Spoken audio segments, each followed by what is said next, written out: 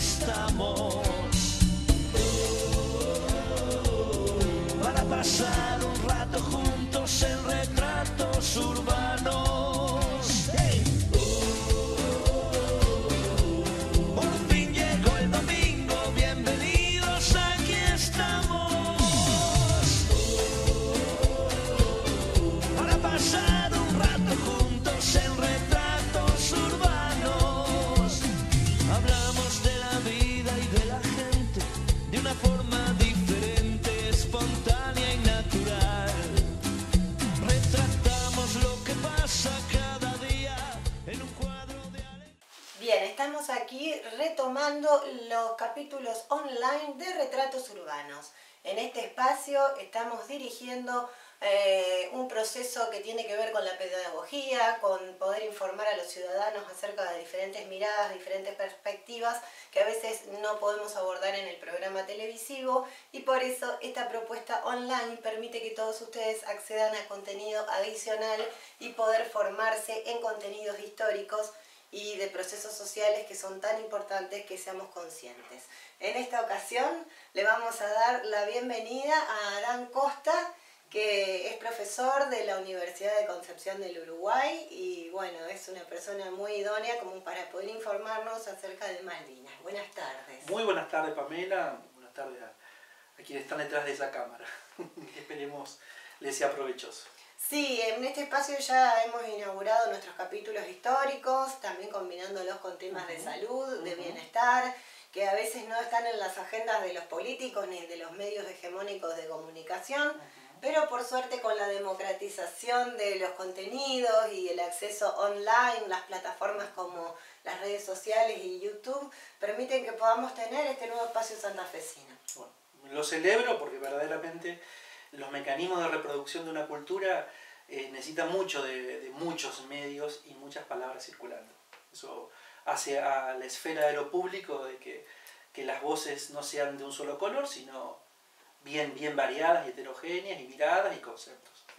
Bueno, profesor, en esta ocasión, y así como más adelante también te iremos invitando, porque siempre es muy bueno saber de dónde venimos, para comprender hacia dónde vamos y para no repetir a veces historias que han sido tan nefastas. Una de las cosas importantes que tiene que ver con las ciencias sociales, que se involucra con las ciencias naturales, es la importancia de los recursos naturales, y en este caso nos vamos a referir para que vos puedas hacer todo lo que puedas desarrollar acerca de los recursos naturales que hay en Malvinas y la importancia estratégica del espacio y la geografía de ese lugar.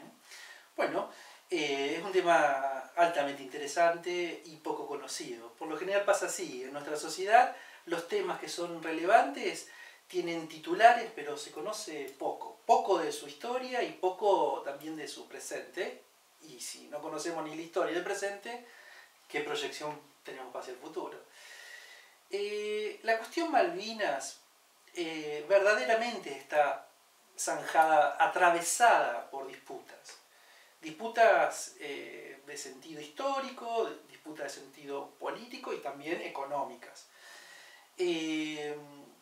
Lo que a mí me gusta siempre ofrecer, que lo ofrezco en mis cátedras, es una mirada que vaya un poco más allá de los 5 siglos de la conquista en términos occidentales, europeos, de nuestras tierras, y ampliar un poco la mirada así, y llegar un poco hacia los originarios. Y hay que saber que si bien la zona de Malvinas y toda la Patagonia, lo que conocemos como Patagonia, hay una idea de despoblamiento, una idea de poco poblado, de personas aisladas o poco pobladas justamente, los originarios, los pueblos originarios que habitaban y que habitan en esa región se llaman Onas, Selk, y que uno de los navegantes españoles, Fernando de Magallanes, al servicio de la corona española, los llamó Patagones se sorprendió por su gran porte, gran tamaño. Y sobre todo porque tenía una estrategia del fuego para, fundamentalmente en esas zonas muy frías, darse abrigo y protección. Así que bueno, es importante comenzar desde allí, porque por lo general cuando uno sitúa el tema Malvinas y un poco va a los antecedentes más cercanos. Y hay que ampliar siempre nuestra mirada en perspectiva. Y como decía antes, verdaderamente el tema de Malvinas, como el tema de Latinoamérica, es un tema de disputa. Tan disputa es que las primeras disputas se dieron entre europeos, porque hay muchos que plantean de que el primer avistaje de las Islas Malvinas lo dio Américo Vespucio. ¿Quién fue Américo Vespucio? Muy conocido. ¿El que gritó tierra cuando estaban las tres carabelas? No. Américo Vespucio fue fundamentalmente quien le da el nombre a América. Ajá. Era un navegante portugués, su primer nombre era Américo, Vespucio italiano, pero al servicio de la corona portuguesa. Fue el que se dio cuenta de que lo que había encontrado Colón no eran las Indias, sino era otro continente. ¿Sí?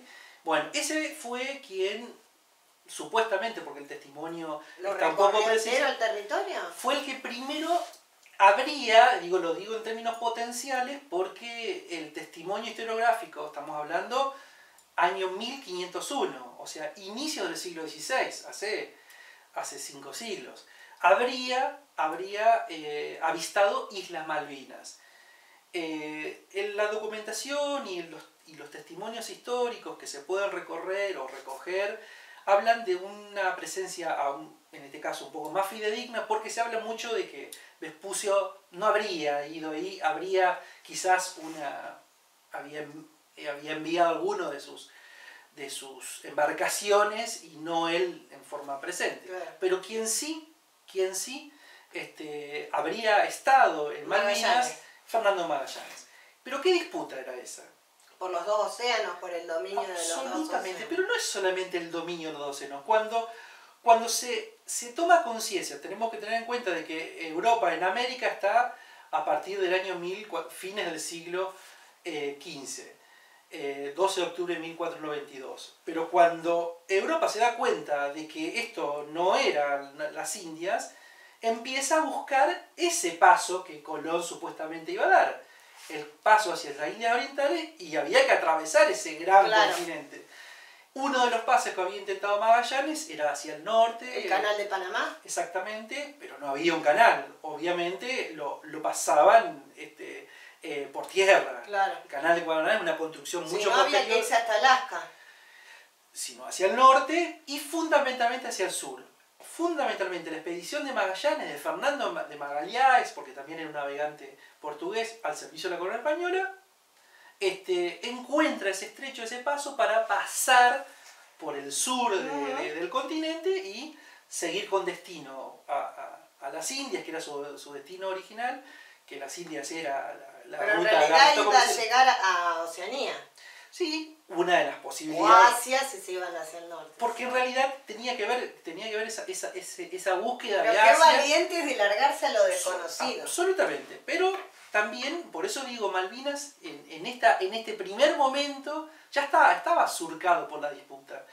Lo que es interesante poder ver y poder comentar es que estas disputas tienen que ver con los intereses de que el ser humano iba desarrollando en ese momento. En esos primeros momentos del siglo XVI, era el paso. La disputa por el paso y también una disputa que se daba entre potencias europeas, fundamentalmente una vez que hacían Puerto Preciso o hacían algún tipo de establecimiento, definir de quién eran las tierras. Y había disputas entre las principales potencias europeas. Portugal, España, Francia, Inglaterra, que eran las potencias que tenían capacidad de circundar. Por eso la Antártida también está repartida en varios países. Eso es más reciente, cuando se encuentra mayor utilidad. Estamos hablando en los primeros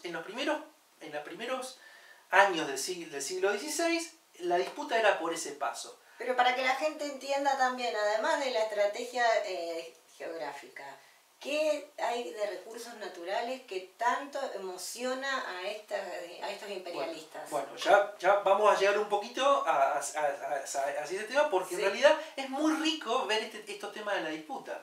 ¿Por qué razón? Porque los otros personajes que estuvieron dando vuelta siglos siguientes eran los ingleses. ¿Qué buscaban los ingleses? ¿Qué buscaban? ¿Por qué se los llama piratas los ingleses? Y que tiene mucho que ver con la cuestión Malvinas del siglo XX, de 1982, de la guerra de Malvinas. ¿Por qué eran los piratas? Porque había un sistema que predominaba, un sistema económico que se denominaba sistema del monopolio.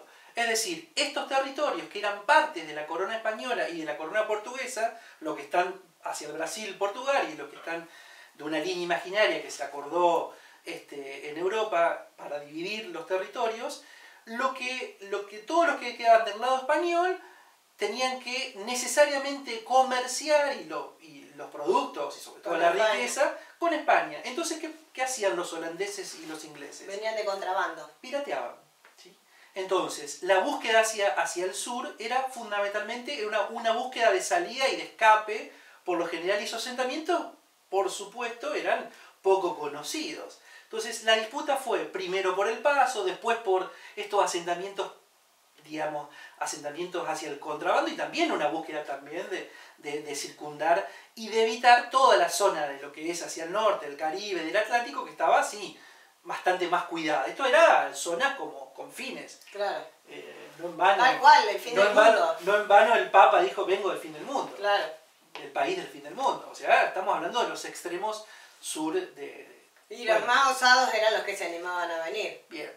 Entonces, las disputas que se fueron dando después de este tema de los ingleses, porque los ingleses ya vieron algún tipo de interés, también tiene que ver con franceses y españoles, y logran, más o menos a partir de 1765, un acuerdo entre franceses y españoles que dicen que esa soberanía era española.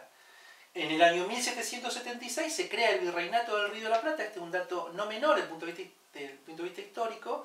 Y el Virreinato del Río de la Plata es un desprendimiento, digamos, porque ¿qué pasaba? España no podía ejercer soberanía física, territorial. Con los virreinatos estaba... Entonces el último virreinato que existía es del Perú, quedaba muy lejos. Claro. Entonces toda esta tierra que se iban conociendo y que se iban fundando ciudades, pensemos en la ciudad de Santa Fe. Se llamaba el Virreinato del Río de la Plata. El Virreinato del Río de la Plata. Pensemos que Santa Fe se había fundado en modo español en 1573.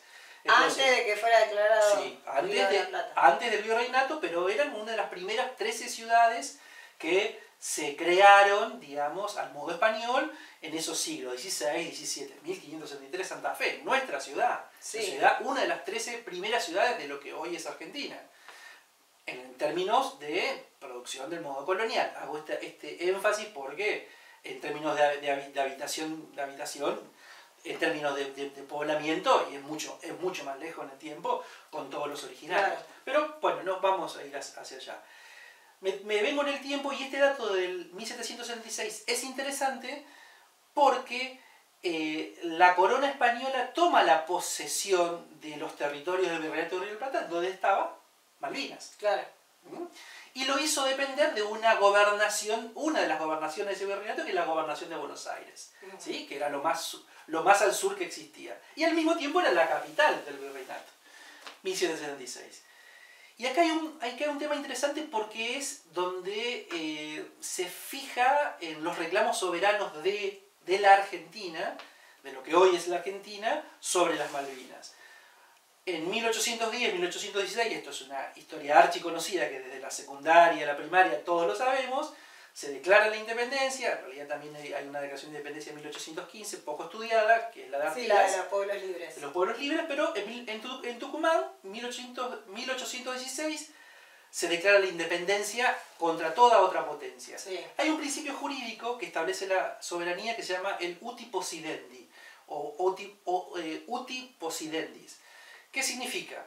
Que toda la tierra, o los territorios, mejor dicho, que dependían de la corona española, pasan al nuevo Estado independiente. Un principio de traspaso territorial. Todas las divisiones administrativas que tenía el virreinato pasan al nuevo país que estaba surgiendo, que se llamaba en ese momento no Argentina, sino Provincias Unidas del Río de la Plata. Del Río de la Plata. Bien. Y Malvinas estaba ahí. Ese es el elemento que fundamentalmente hoy todos los reclamos soberanos de Malvinas, desde el punto de vista diplomático, se basan en eso. Pero todos sabemos que la soberanía, y acá me voy, se ejerce. La soberanía es un principio jurídico, claro, que en general en las sociedades que son digamos, que son reinos, esa soberanía viene del rey y de Dios. Pero en los estados democráticos, la sociedad democrática, esa soberanía reside en el pueblo. Los pueblos son los que votan a sus representantes para que ejerzan físicamente la soberanía. Y estos temas, el problema que ha tenido las Islas Malvinas y en general toda la Patagonia es el ejercicio efectivo de soberanía. Y aquí, en la medida de algunas imposibilidades de ejercicio efectivo y también la conciencia de los intereses de esos lugares, la conciencia de los intereses sobre las riquezas de esos lugares, hacía que esos territorios, ante una imposibilidad de ejercicio efectivo y otros que tenían más capacidad tecnológica, podían aprovecharse de esos recursos, ¿sí? Además que en el estado en que estamos actualmente también, si no se puede apenas con los territorios de las 23 provincias que tenemos. Sí, también. 24. 24 se hace Capital, la Cava, más las 23. Pero bueno, en ese momento, ahora estamos ya situados, hicimos un largo proceso histórico, un camino que estamos hablando del siglo XIX, justamente en 1820, mirá este dato de color, esta paradoja. En 1820, cuando es el año que muere Belgrano, que yo sé que te gusta mucho la figura de Manuel Belgrano, el año en donde se termina toda la autoridad central en la Argentina, y cada una de las provincias toma su control soberano hasta 1853. En ese periodo, la provincia de Buenos Aires envía una delegación, un barco, a Malvinas en 1820, pero casualmente dirigida por un coronel norteamericano, David Howard. Pero después nombran un gobernador, digamos, local, pero que ya no era tan local porque era un vasco, pero bueno. Pero estamos hablando de poco más de un siglo que estamos ya hablando estaba colonizado. 1820, porque justamente esto de establecerse físicamente, y los establecimientos en primera medida eran económicos comerciales. Claro. ¿Sí? Sí, eran para resguardar justamente ese tipo de regiones. Y también en ese lugar. Entonces, ahí se ejerce un poderío físico a través de... Ya existía una comandancia española anterior, pero aquí ya de las Provincias Unidas. Estamos hablando de 1820. Y este periodo es muy interesante, el que va entre 1820 y 1833, porque en el año 1833 es cuando viene la usurpación británica. ¿Estaba el gobierno de Rosas en ese momento? En el momento que estaba Rosas como gobernador de Buenos Aires, viene la usurpación. Pero en este periodo, y acá esto es tu tema de tu interés y tu preocupación y lo que querés irradiar en tu canal, en tu vía de comunicación, es el tema de la riqueza. En ese momento, ¿sabes cuál era la principal riqueza? En ese momento que fijó el interés de los ingleses, y que fundamentalmente el interés de ingleses, que ya no eran piratas. ¿Qué recurso te parece que en ese momento y que se daba en condiciones casi de depredación? El petróleo. No. La pesca. Especialmente las ballenas. Por el aceite. Los cetáceos, por el aceite. Y los lobos marinos, en condiciones de matanza, por la piel. ¿Sí? Ese lugar, por eso digo, las disputas tenían que ver con los intereses que iban moviéndose los intereses. Claro. Por eso de acuerdo a la etapa histórica, porque el aceite era necesario para la revolución industrial. Absolutamente. Entonces tenía que ver con este modo de producción, que en ese momento la revolución inglesa, la revolución industrial en Inglaterra estaba en pleno auge y también necesitaba este tipo de insumos. Y las ballenas. Y por eso digo que en condiciones casi de depredación. Entonces, uno de los gobernadores, o mejor dicho, uno de los delegados del gobierno de Buenos Aires en Malvinas fue Luis Bernet, que tampoco era un argentino, sino era una persona que había nacido en Hamburgo, en Alemania, y toda su familia era francesa. ¿Y era algo de los Bernet de acá de Santa Fe? Quizá, no lo sabemos. Puede ser, un apellido francés, Bernet, Louis Bernet. Bueno, este fue el primer gobernador político-militar de las Malvinas. Previamente se había sentado en 1826 afincando un establecimiento rural. Quería dedicarse a la ganadería, Bernet. Y después Rosas lo nombra en 1829 gobernador. de las Islas Malvinas, delegado gobernador. En 1833 aparecen los ingleses ya con este gran interés sobre especialmente sobre ballenas, por su aceite, como bien lo marcás, y plantan la bandera de los ingleses. Y generan este conflicto, esta disputa, ya en términos más modernos de soberanía, porque en aquel momento eran disputas que eran discontinuadas. Claro. Estamos hablando de falta de poblamiento, los poblamientos eran Sí. originarios, se ignoraba a los pueblos originarios, toda esta cuestión. Pero aquí ya en términos más modernos se establecían disputas y obviamente digamos, planteos de tipo democrático, porque estamos hablando ya Argentina estaba consolidándose como nación, como país. Claro. Recién, digamos, la organización nacional se da en 1853, pero en ese periodo estaba el gobierno de Rosas como un gobierno relevante y que a su vez tenía delegado por el resto de las provincias las representaciones internacionales con las otras potencias.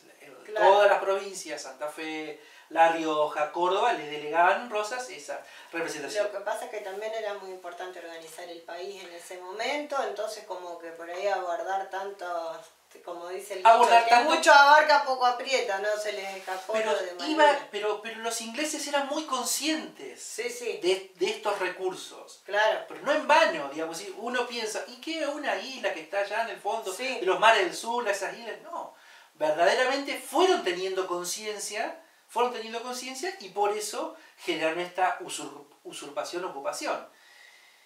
Hay un dato que también es otro dato de color, que inmediatamente asumida esta posición, digamos, los representantes del gobierno británico en Malvinas, se da una sublevación, que eran de viejos empleados del establecimiento rural de Louis Bernet. Uno es, y vos lo vas a reconocer, el público lo va a reconocer, porque cuando en algún momento en Argentina se revalorizaba bastante el tema del uso de la historia para interpretar y para conocer y la difusión de la historia, no digo que no se haga ahora, pero quizás con menos intensidad en estos últimos tiempos. Incluso un campeonato de fútbol tuvo ese nombre de uno de los años, creo que el 2014-2015, Antonio el Gaucho Rivero. ¿Quién fue el Gaucho Rivero? El Gaucho Rivero, un campeonato de fútbol acá local, tuvo ese nombre. Si se recordará ese nombre. El Gaucho Rivero era un entrerriano, ¿sí? Era verdaderamente un con sangre charrúa. Y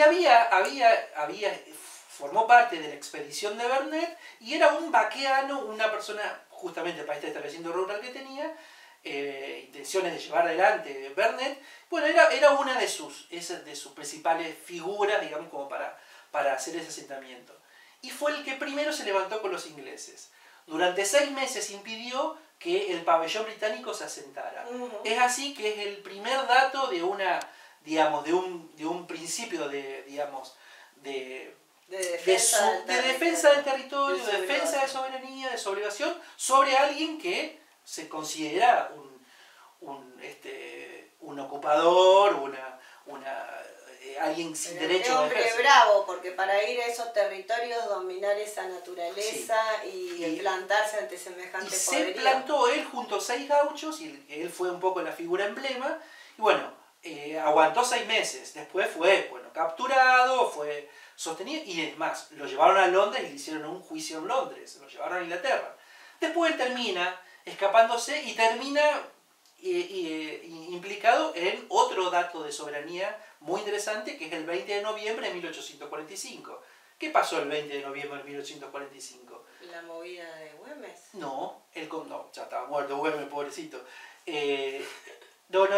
El 20 de noviembre... el Día de la Soberanía Nacional. El Día de la Soberanía Nacional, que en este billete que casi no existe más, de 20 pesos, Ajá. está en el reverso, Sí. es la batalla de la Vuelta de Obligado. Ajá. ¿Sí? Aquí en San Pedro, provincia de Buenos Aires, donde las fuerzas de Rosas y Lucio Mansilla, su general, puso de un lado a otro del río cadenas que impidió el paso de los buques ingleses y franceses, que finalmente pudieron pasar, pero como era una empresa comercial, toda la mercadería que era perecedera la perdieron. Entonces, verdaderamente ese día se establece físicamente la soberanía y se lo debemos a Rosas, se lo debemos a Mansilla, y Rivero estuvo ahí. Aparentemente murió ahí porque se perdió el vestigio. Pero qué hombres bravos que hay en nuestra historia, porque el Absolutamente. caudillo también brigadier Estanislao López. Absolutamente, unos Mire, años antes. Artigas. Sí, personajes se jugaban y que tenían un claro sentido de la soberanía. Soberanía viene del latín. Sober, por encima de, sober, anus, anía, anus es procedencia, por sobre encima de otros. La soberanía es, no se admite un poder más que, en este caso, en la sociedad democrática, el del pueblo. Y que se hace de ejercicio en los territorios. Bueno, el autor del Martín Fierro, José Hernández, en 1865, y para no aburrir y ir un poco a la riqueza actual, digamos, para que se vea la relevancia de estos lugares, es uno de los que primero hace una defensa diplomática a través de cartas que él publica. Era periodista, político, José Hernández, ¿sí? El autor de Martín Fierro. En 1865 hace todo un relato muy interesante que yo recomiendo lectura, son 3-4 hojas, y él está prácticamente fundando el derecho de soberanía que tiene la Argentina sobre Malvinas, y cuenta un poco toda esta historia que yo te acabo de relatar. O sea, en 1865, una de las primeras voces que se levantan, y no en vano José Hernández también, 2 años antes, habían matado malamente, asesinado malamente al Chacho Peñalosa, en 1863. Y José Hernández fue quien también hace una denuncia. Y llevando un paralelismo a lo que es la actualidad, porque siempre está bueno poder hacer esa mirada que nos sirva para interpretar el presente. ¿Vos qué estás opinando respecto a la soberanía que tenemos que ejercer de nuestros territorios patagónicos, y de los acuíferos guaraní, de Vaca Muerta, y de recursos naturales de tanta importancia? No me voy de Malvinas porque fundamentalmente la referencia que uno puede tener, ¿qué hay en esa zona, en los mares, en los lejanos mares del sur? Y lo que primero le sale del sentido común, y bueno, riqueza histícola, es decir, peces. Fundamentalmente, y eso existe porque en realidad toda la zona de Malvinas y los mares adyacentes y todo el Atlántico Sur es rico en recursos naturales vivos y también fósiles. Y acá quiero hacer una relevancia. Los vivos tienen que ver con la pesca, y fundamentalmente hoy se está dando, por eso digo que hay que conectar siempre la historia, hoy se está dando en el Congreso de la Nación, se está dando cuenta en la Comisión Bicameral por el hundimiento del Ara San Juan, están dando cuenta las autoridades de la Armada de cómo fue toda la situación. Hoy, en este momento, se está siendo interpelado. Y algo tiene que ver el Ara San Juan con todo esto, con la defensa de recursos naturales. Se tiene que ver con esta relevancia. Fundamentalmente los recursos ictícolas, el principal recurso ictícola es el calamar. Es el calamar. El calamar... ¿Por la tintura? El calamar la posibilidad de la diversificación luego de su tratamiento industrial. Por la tintura y también por consumos, ¿sí? Por consumo, o sea, hoy la Argentina en general casi está de espalda a determinado tipo de consumos de los cuales abunda. Pensemos solamente en la soja. El uso que se le da a la soja es poco en relación a lo que se exporta, si bien tiene otro destino, que es el tema de alimento de cerdos en China, pero no me quiero ir. Quiero volver y ver un poco el tema de los recursos ictícolas que existen en Malvinas. Y también se puede, es una zona, sin ir de los recursos vivos, todo el tema de lo que se llama la industria de la conservación y reproducción de especies marinas para uso comercial y para uso también de preservación. Y después el tema de los fósiles, o sea, de los recursos naturales, se llaman muertos, petróleo y gas. Y también otros recursos, todo esto tiene Malvinas, que tienen que ver con las energías no renovables. Y también recursos minerales para los Recursos medicamentos minerales, o para la tecnología. y también, sin irnos de los recursos, digamos, naturales, el tema de las algas. Las algas se utilizan para la industria medicinal, aparecen en la cosmética, aparecen en variables de desarrollo. Bueno, la industria farmacéutica es una de las que más dinero maneja en todo el mundo, así que estamos hablando de una posición... Y sobre todo la base de algas, y eso es muy rico, algas y plancton, algas, plancton, calamares, recursos fósiles, y después las energías renovables. Y acá fundamentalmente hay que hablar de la geotérmica, que es fundamentalmente los recursos de las rocas, la capacidad de generar calor en el territorio de Malvinas. Es un territorio básicamente rocoso y también en la plataforma continental. Las energías, yo te diría, renovables, no ya como el petróleo y el gas, que son no renovables, estas tienen muchísimo prospección y desarrollo. La eólica, la mareomotriz, la geotérmica. Es impresionante. Y la solar también, ¿por qué no? Tiene horas de sol. Fundamentalmente, quizás en menor medida, pero fundamentalmente todos los recursos del mar, y especialmente en ese lugar, en términos de energías renovables, son de una vastísima aplicación. Los que tienen que ver con... Por eso siempre también hay que cuidar la cuestión de que no se dé en términos de depredación, porque nosotros sí sabemos que embarcaciones comerciales, fundamentalmente japonesas y chinas, en forma ilegal, surcan esos lugares y hacen depredación de los recursos histícolas. Sí. Por eso digo, toqué el tema del Ara San Juan, porque algo tiene que ver todo con tiene esos que ver temas. con todo. Ese es el potencial que tiene hoy, y que Malvinas, esas islas que estarían, digamos, dejadas de lado de la mano de Dios, en realidad siempre ha sido un territorio de disputa en función a que el hombre fue dándose cuenta los intereses y los recursos que iban generándose. Por eso, hoy por hoy, es un territorio de los que están en conflicto internacional, justamente con el Reino Unido. Bueno, entonces ya para ir terminando, queremos que hagamos una síntesis más o menos de todo lo que hablamos, que consiste básicamente que es un pasaje para los dos océanos, que tiene montones de recursos de energía, ictícolas. Fundamentalmente, digamos, fue mutando, digamos, con respecto a interés, pero hoy tiene un potencial económico fenomenal, a escala... o sea, verdaderamente lo que moviliza todo lo que es el sistema agropecuario nacional, hoy puede digamos, no voy a tirar una cifra porque sería una irresponsabilidad de mi parte, pero sí verdaderamente el potencial. Y ese potencial, como también tiene que ver con, mencionaba en los gases no convencionales, también tiene que ver con una mirada acerca de la soberanía. Porque verdaderamente para hacer uso de esos recursos se necesita mucha inversión, digamos, de prospección y de exploración.